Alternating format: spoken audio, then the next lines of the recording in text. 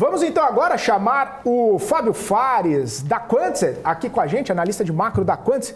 Já está aqui conosco, Fábio Fares. Muito bom dia para você, bem-vindo mais uma vez aqui ao BMC News. Prazer falar contigo. Bom dia, Felipe. Bom dia, Gani, Débora, tudo bom com vocês?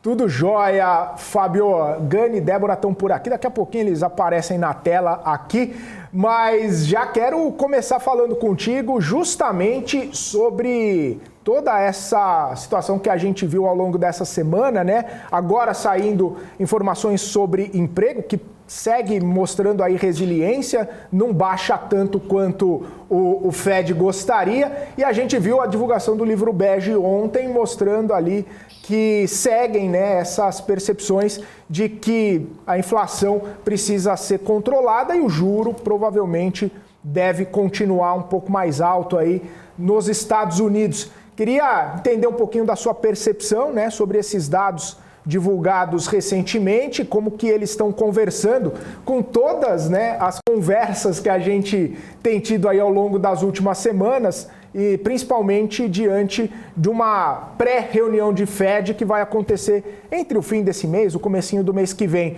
Como que você está avaliando aí essas conversas, essas junções de dados aí, ô Fábio? Bem, eu acho que a gente vê cada vez mais os indicadores, que são as coisas mais importantes que a gente sempre precisa olhar, mostrando que os Estados Unidos está deteriorando o lado de atividade, o lado imobiliário, ou seja, uma economia que está ficando cada vez mais devagar. O retail sales de ontem, vendas no varejo, foi horroroso. E a gente tem um Fed ao mesmo tempo sendo incisivo que, pessoal, mercado de trabalho do jeito que está, inflação de serviços não vai dar sossego e a minha meta é a meta de inflação.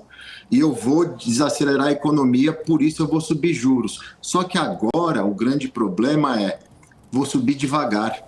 E é isso que o mercado está tendo margem para se animar, porque com uma possibilidade de China crescendo, reabrindo, como a gente está vendo, o mundo acaba virando para um lado mais positivo. Vide que Europa já se fala em crescimento esse ano por causa de China, ventos positivos para o Brasil e os Estados Unidos se ajuda também a ser uma pequena recessão, né, com esse mercado de trabalho aquecido. A Bolsa tentou reagir, mas os indicadores, que são o dado real, está falando, olha, não é o que você imagina e vai doer. Eu acho que a gente não viu o pior. A gente ainda vai ver uma desaceleração maior da economia, uma bolsa mais pesada, porque 5% de Fed Funds, 5,5% talvez, é muito juros para o resto conseguir andar. Boa. Gani está aqui já com a gente para bater esse papo. Vamos falar com o Gani também. Olha ele aí. Olha ele aí. Chegou. Grande Fábio Fares, tudo bem?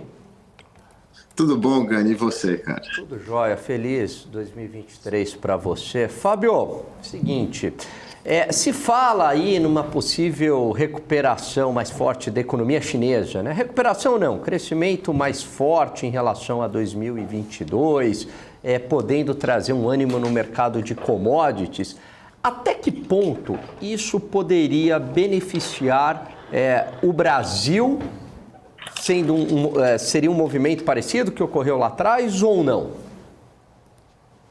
Olha, Gani, eu acho que para variar a gente vai finalmente ter sorte de novo com uma China voltando.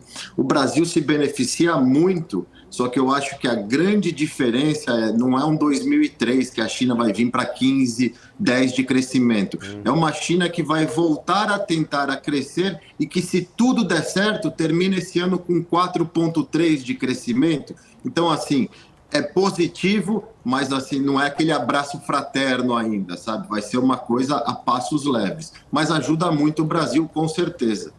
Agora, ajuda ao ponto de não ter que fazer a lição de casa fiscal, de ser mais gastador ou não?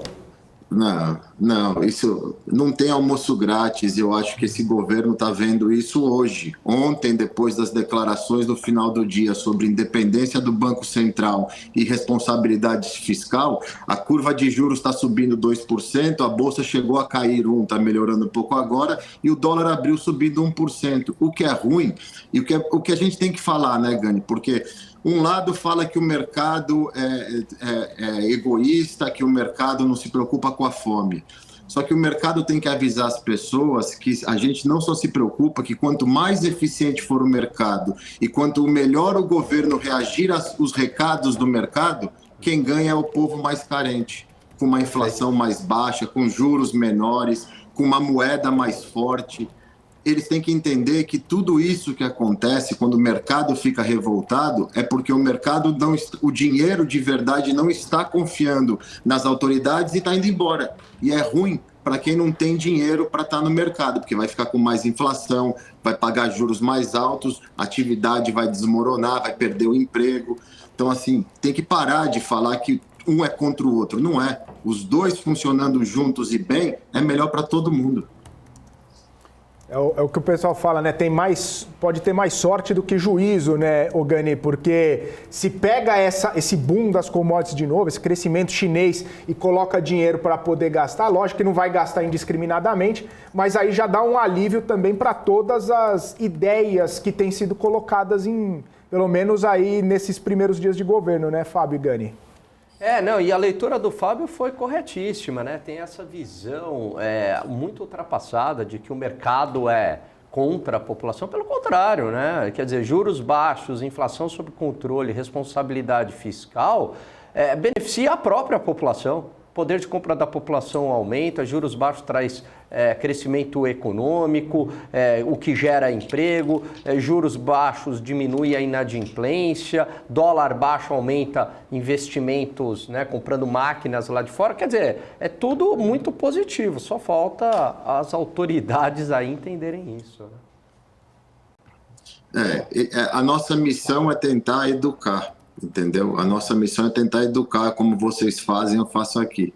Todo mundo precisa estar junto nessa, porque como você falou, é bom para todo mundo e ganha principalmente a classe mais baixa, porque um país crescendo, não é que um vai ficar rico e outro pobre, pelo contrário, tem mais riqueza para distribuir, tem mais coisa.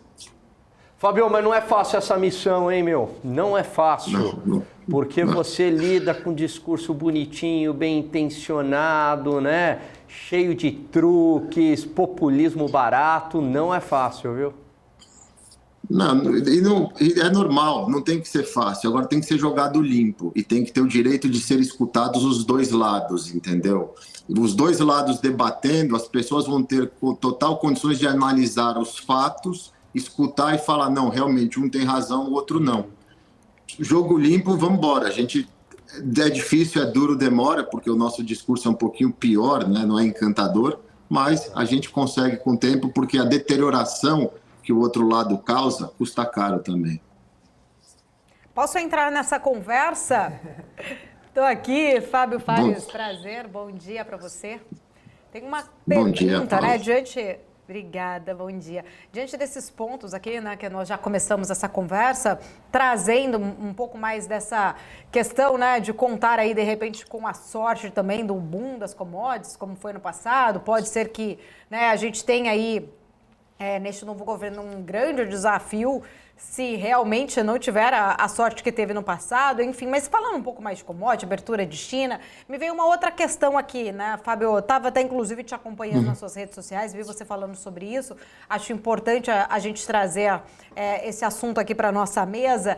Por conta desta reabertura, flexibilização de volta aí da China, reabertura da China, isso pode trazer aí um impacto, inclusive, para o valor do barril do petróleo, né? Eu vi você falando sobre isso e o impacto disso para a inflação americana, né? Apesar da gente ter tido ontem um PPI um pouco menor, mas a gente vê ali o impacto que o petróleo traz aí para esse desafio, né, do Fed, inclusive de trazer a sua meta de inflação, né, trazer a inflação para a meta. Queria que você falasse um pouco mais, principalmente por causa do setor de serviços, o quanto isso pode sim desencadear aí um ponto de preocupação ainda, não dizer exatamente que a inflação está sob controle nos Estados Unidos, sob controle não, né, que teria chegado aí no pico dela já.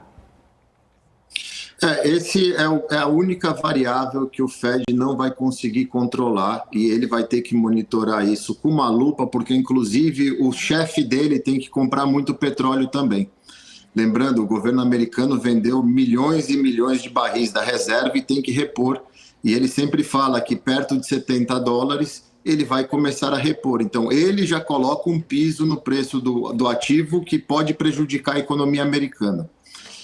Eu não vejo, Paula, independente de China crescendo, Europa, o mundo voltando ao normal, eu não vejo perigo de um preço de petróleo disparado, porque, como eu venho falando, essas coisas vão ser devagar.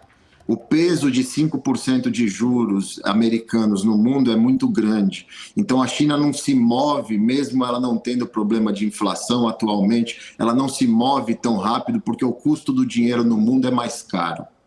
Então é um crescimento, tanto que está todo mundo esperando esse crescimento, mas se der tudo certo, a China cresce 4% esse ano. E um outro ponto importante, que até foi discussão essa semana, e está todo mundo olhando, é que a China está com uma população envelhecendo e taxas de natalidade e fertilidade baixíssimas. E a Índia passou em população. Tanto que nós, provavelmente, nos nossos encontros aqui durante esse ano, vamos falar algumas vezes de Índia, que agora o mundo está preocupado. E se o indiano precisar comer? Será que vai ter comida? Porque a Índia cresce de população.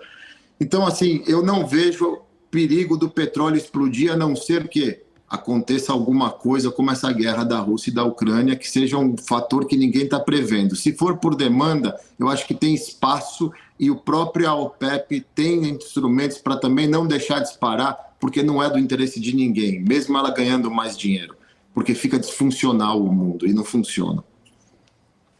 Inclusive, a gente já falou um pouco aí sobre uma perspectiva para a próxima reunião do Fed, né? Até ontem, na hora que foi divulgado ali, né, o livro bege, a gente viu ali realmente que o desafio ainda está, né? Não se pode dizer exatamente que está tudo, né, ali tentando entrar no eixo. Acho que isso talvez foi um ponto muito importante que ficou, principalmente por conta, né? A gente fala sobre a questão do emprego americano, apesar de ter vindo ali um salário um pouco, né? O aumento do salário foi um pouco menor na última divulgação, mas a gente tem um mercado forte. Mas o que me surpreendeu, Fábio, que eu queria que você comentasse, as vendas do varejo, os dados vieram ruins, né? Mas se a gente olhar ali, principalmente dezembro, e numa comparação anual, eu fiquei muito em dúvida nessa situação, porque assim, final de ano você tem, principalmente já vem novembro com Black Friday, final de ano você acredita que realmente vão ser dados mais robustos, aí vieram dados ruins,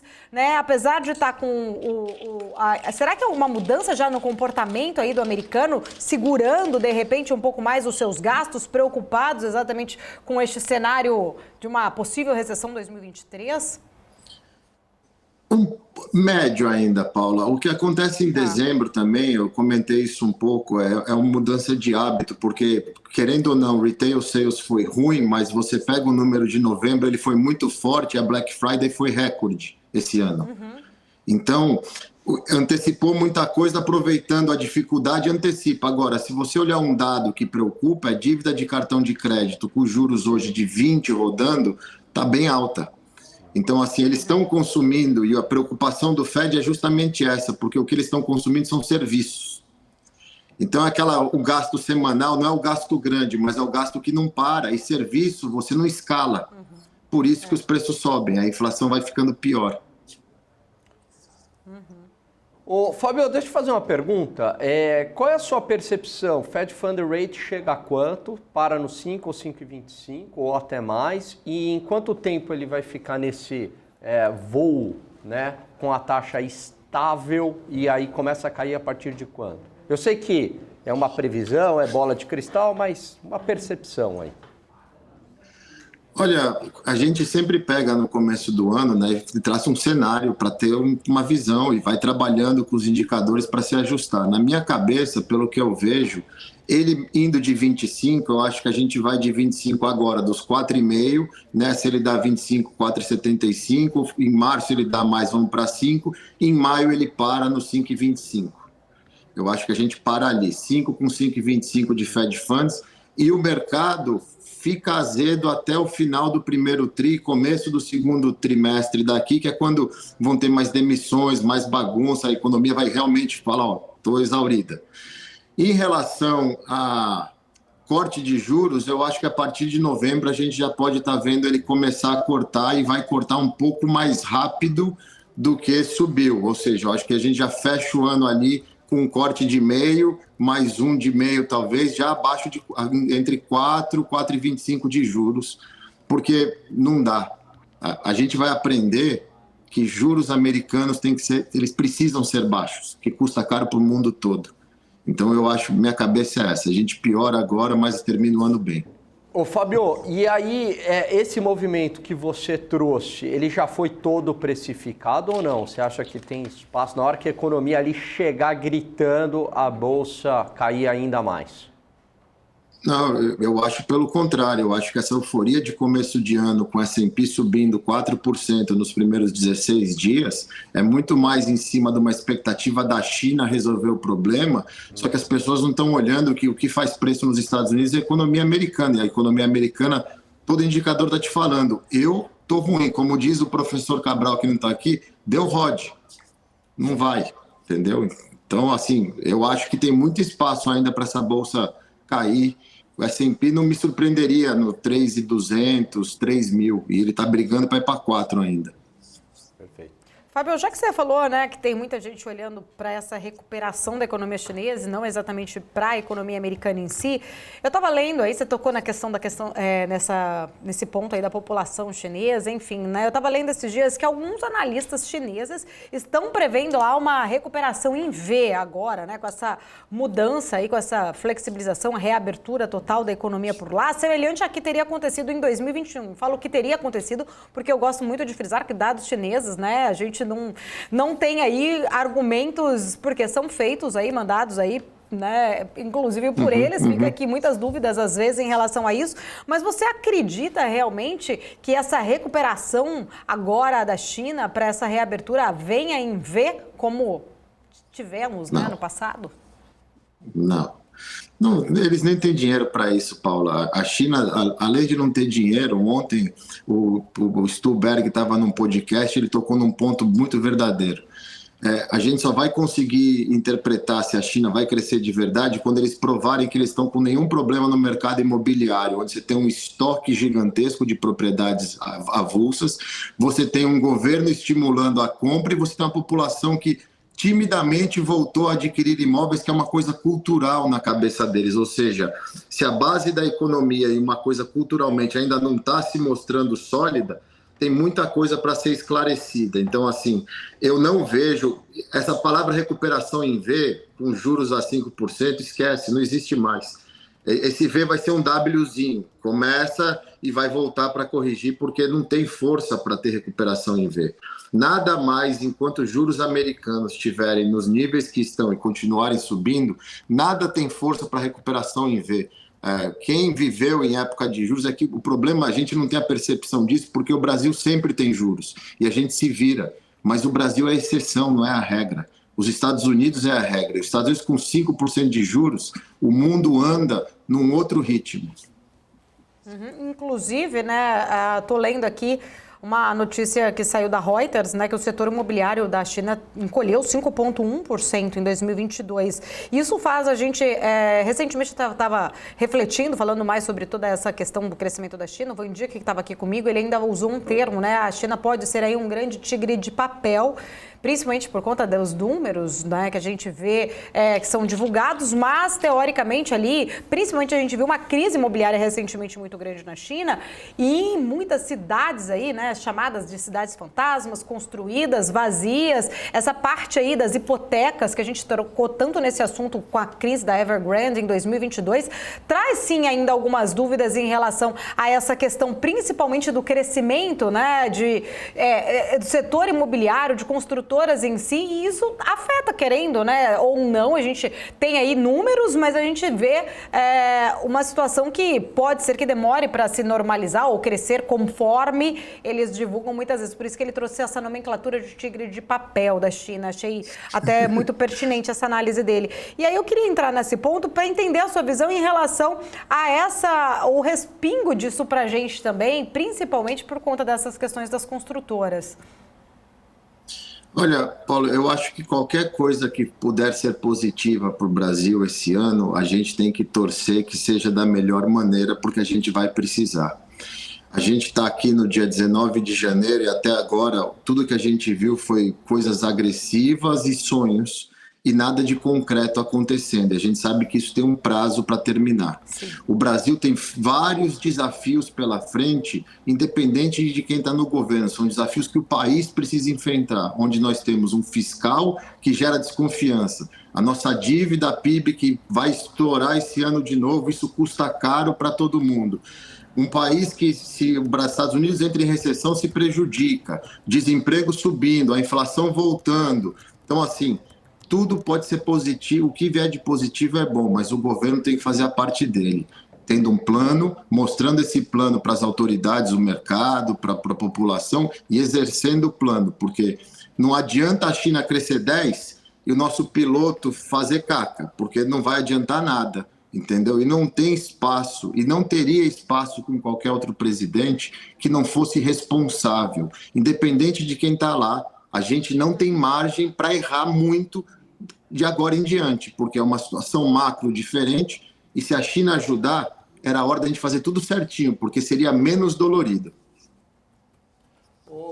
Fábio, muitos economistas acreditaram que esse piloto seria mais ao centro, badalados gestores como Stuernberg, né? Que seria mais pragmático, mais ao centro, né?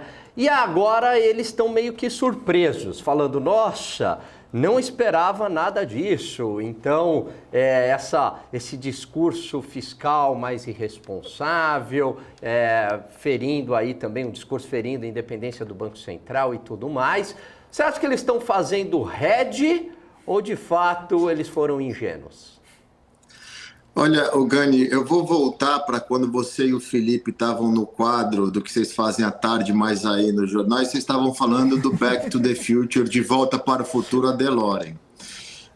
Todo mundo que esperava uma coisa não conseguiu olhar no retrovisor e saber que ninguém muda, inclusive quando você, depois de anos, traz as mesmas pessoas para fazer as mesmas coisas.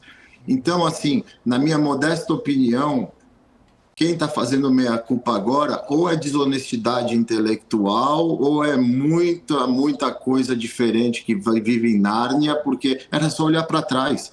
E desculpa, tá tudo bem, porque inclusive quem não lembrava, durante a campanha inteira foi falado o que está acontecendo. Não tem surpresa nenhuma. Quem fica surpreso agora, e se for gestor, tome cuidado onde você deixa o seu dinheiro, porque se esse cara que gera o seu dinheiro não sabia disso, eu não poria meu dinheiro lá, com todo respeito, porque estava na cara. Fábio, eu adoro você, porque você se posiciona, ainda mais no Brasil, que todo mundo tem medo de dar opinião, porque opinião, ai meu Deus, aqui o máximo da maturidade é ter uma opinião morna, né? O que é uma coisa horrorosa, até a Bíblia condena a opinião morna. Então, deixo aqui meus cumprimentos a você. Mas não é opinião, eu só estou falando a verdade. A internet está aí, dá um replay na campanha, dá um replay o que foi 2003 em diante e vê o que está acontecendo agora. O discurso é o mesmo. O Back to the Future é o meu sticker do Zap que eu mais tenho usado hoje em dia quando as pessoas vêm conversar comigo. Eu só mando o Marty McFly lá e falo... Pô, eles ficam aqui, eu não sei se dá para ver, eu tenho eles aqui na prateleira. Eu tenho o Marty McFly e o Doc aqui em cima. Porque é isso, zero novidade, Back to the Future.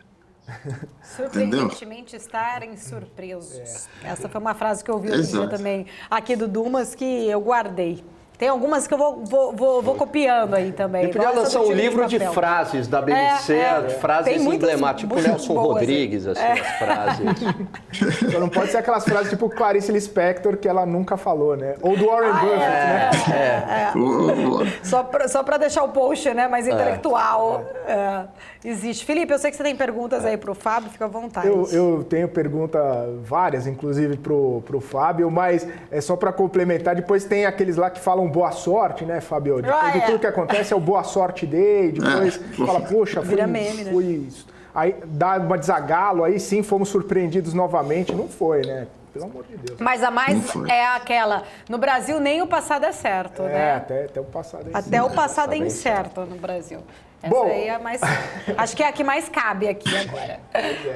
Ô Fábio, a gente está vendo e acompanhando, claro, tudo que está acontecendo lá em Davos, né? Fórum Econômico Mundial. E hoje cedo, Christine Lagarde falou, né, sobre a visão dela, né, para a política monetária lá da zona do euro e manteve, né, tom hawkish, falando que o juro vai ter que subir, vai ter que continuar perseguindo ali, né, o juro mais restritivo para colocar inflação direto de volta na meta. A gente fala de inflação na meta, fala aí nos Estados Unidos, a gente fala aqui no Brasil com essa política monetária mais agressiva, mais restritiva, e agora chegou a hora da gente bater um papo sobre zona do euro, que por mais que alguns dados que tenham saído lá mostrem que pode ser que a inflação chegou no pico, ainda não é causa ganha, né? Como que você está vendo isso? E aí, de quebra, falar um pouquinho sobre suas impressões do Fórum Econômico, que tá uma conversa lá mais para clima, menos para economia. Como que você está vendo isso também?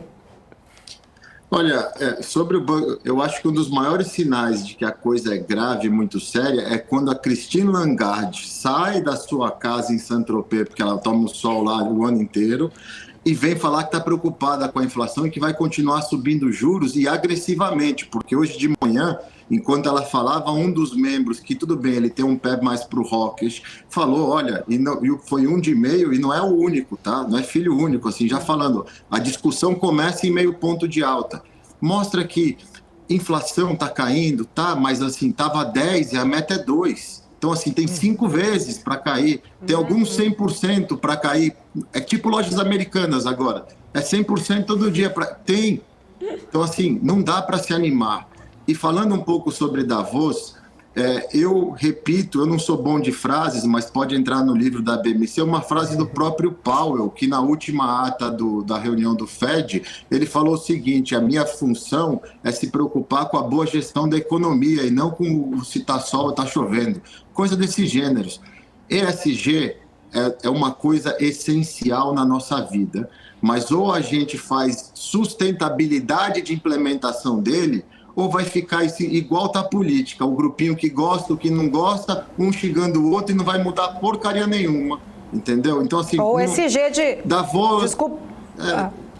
Não, desculpa interromper, mas o ESG da governança de exemplo que a Americanas teve, né? Pra gente ver que é uma política de ESG só para inglês ver, né?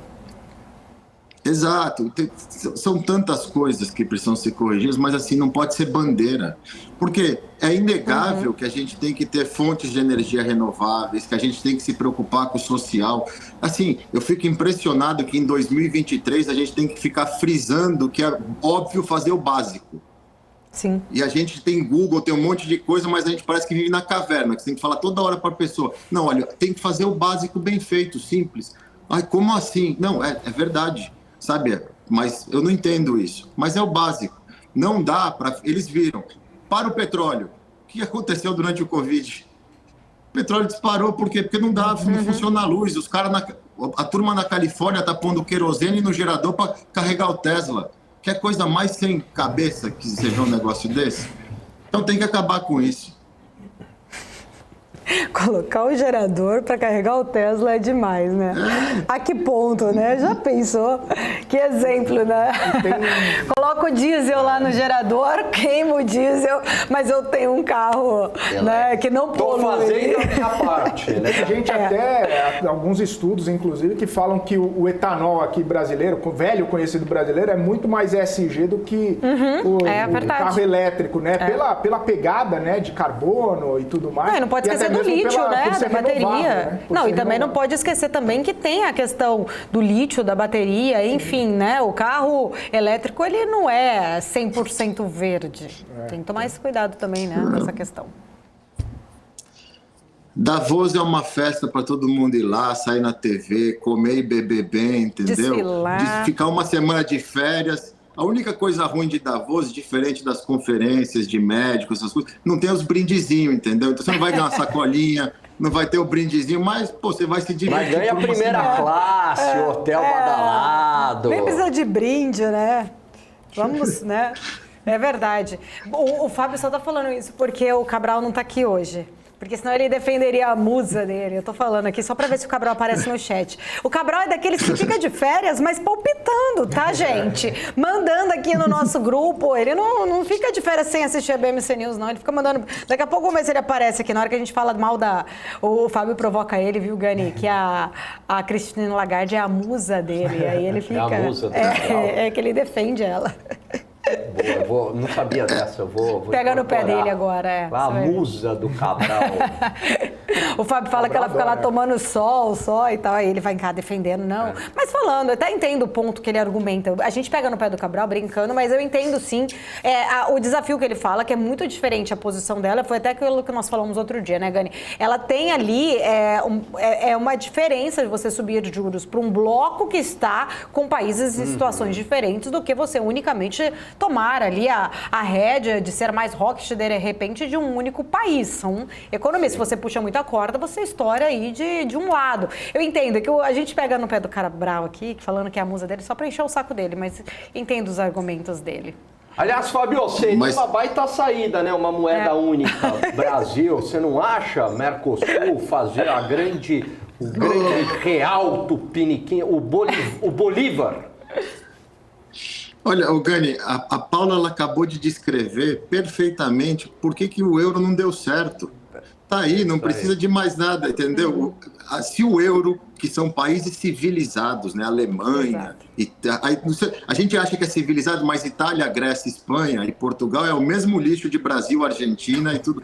Mas se um lugar mais organizado lá na não Europa.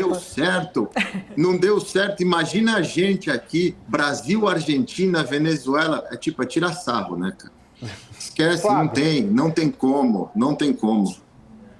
O pessoal falou que o jeito para o Mercosul adotar uma nova moeda, uma moeda única, seria adota o dólar logo de uma vez e tá bom. Não precisa nem das outras. Põe todo mundo usando o dólar e resolve o problema. Essa história foi uma brincadeira de mau gosto, mal interpretada, que o Guedes levantou lá atrás. Essa história do governo da Argentina é óbvio que eles vão sempre pedir alguma coisa, porque o quebrado quer se apoiar em alguém. E o Brasil seria o único país com dinheiro na América que entrar, não tem nada a ver. Mas o ponto a Paula falou muito bem, hoje a Europa sofre porque a zona do euro não deveria existir. Porque eles conseguiram juntar um bando de coisa, pegaram dois ricos, né, a Alemanha e a Inglaterra na época, juntaram um bando de país pobre e irresponsável e falaram, vai pagando as contas aí. A Inglaterra abriu o bico. E a Alemanha, em vez de crescer, agora a Alemanha se igualou. Está tendo problema de Grécia, Espanha e Portugal. Você fala, está provado que não deu certo, vamos começar a desfazer? Entendeu? Porque não vai funcionar. E não vai funcionar tão cedo. O euro é a prova disso. Nem penso em América Latina, mas o euro não funciona também.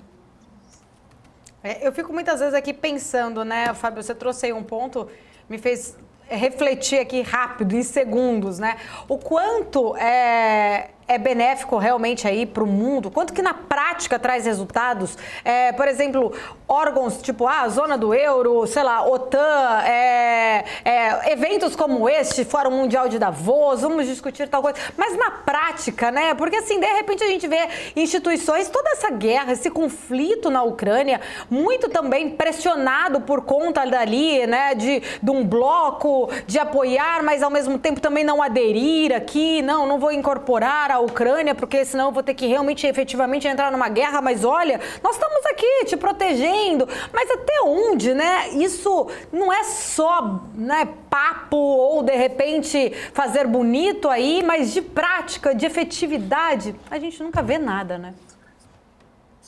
Olha, eu não sou muito a favor dessas coisas, porque eu acho que é desperdício de dinheiro. Tanto que sempre tem muito luxo nesses lugares e as pessoas falam da fome comendo do bom e do melhor com chefe 5 estrelas Michelin fazendo comida. Então eu acho assim, pô, a gente tem que ajudar, todo mundo deveria ajudar sempre que puder ajudar o próximo. Isso é mandamento, é fácil, ajudar o próximo, entendeu? Deus falou desde o começo e a gente, todas as religiões, ajudar o próximo. Então é o básico. Agora, é complicado hoje em dia porque a gente tem muito acesso à informação. Então também tem muita coisa que a gente pré-julga porque são informações descruzadas. Existem coisas que funcionam. Só que, vamos ser honestos, Paula, vamos olhar desde o começo. Se o nosso condomínio, a gente não consegue ter uma associação forte, entendeu?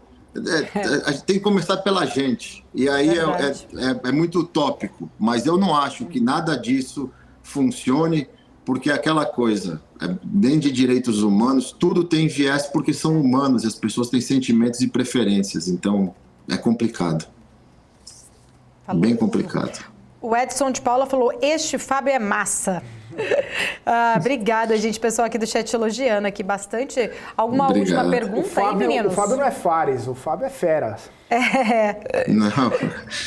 Não, eu fico feliz e eu agradeço o espaço e agradeço a oportunidade, mas assim, outra coisa que me impressiona é você hoje em dia falar a verdade ofende. E eu falo honestamente, eu tomei muita porrada por causa de um lado ou de outro. Eu não julgo, eu não voto no Brasil, eu sou cidadão aqui, eu voto aqui, eu estou há 10 anos fora do Brasil. Eu quero o melhor do meu país, óbvio. Sou brasileiro de sangue, eu quero o melhor do meu país. Só que eu tenho que julgar os fatos, e eu tenho que julgar os fatos olhando para frente, olhando o passado. Então, assim, as pessoas se chocam com algumas coisas, mas o Brasil é isso por causa justamente disso. A gente tem que parar de se chocar e começar a olhar a realidade e pensar de verdade. Cara, é a 5ª vez que esse cara tá aí. As 4 outras deu errado. Por que eu vou pôr de novo? Ou esse outro? O outro tá há 30 anos lá, nem sabia o nome dele, de onde surgiu para ser presidente. As pessoas não fazem isso, elas caem na emoção, faz oba-oba, e daí você contradiz, eles ficam bravos. Mas o país começa, Paula, com a gente. A gente tem que ser melhor. E aí se espalha para o resto. Exatamente. Falou tudo, Fábio. O pessoal aqui, todo mundo te elogiando. Lênia dos Santos, amo a sinceridade do Fábio. Ele é demais. Aí o Belmiro Fernandes falando também aqui. Tem muita gente aqui elogiando exatamente, né? Trazendo aqui o GMX, falando que é o melhor convidado sempre. O MPK falou que você tá fiado hoje, hein, Felipe? Felipe é fiado. Aqui, falar a verdade, aí, Rui das Neves, exatamente isso, falar a verdade hoje em dia é muito complicado, né? E tem até aquela questão de um provérbio, né? A mentira vestida de verdade, a verdade nua e crua, né? Que exatamente a verdade dói, muitas vezes a mentira, ela é bem aceita e a gente mesmo acaba aí, né? Nunca quer ouvir a verdade, acaba doendo realmente em algumas situações. Mas, Fábio, eu quero agradecer, obrigado, o Sandro também está elogiando, parabéns pela verdade, sempre o pessoal aqui falando, sobrevivente, falando BMC News aí um pi na tela, porque é um palavrão, mas entendi como algo positivo, bom, obrigada pela audiência de vocês, pelo feedback, sempre muito importante. Fábio, só para a gente encerrar, recadinho final para esta semana? Não, só olhem os indicadores, porque eu acho que cada vez mais a gente vai ver a economia americana se deteriorando muito, e aí o mercado sente, o mundo sente, e ficar de olho na China, que se ela não for, a coisa vai ser pior para todo mundo, mas eu acho que ela vai, devagarzinho ela vai. Tá certo. Obrigada mesmo, Fábio. Até semana que vem. Beijão. Tchau, tchau. Tchau, tchau. Valeu.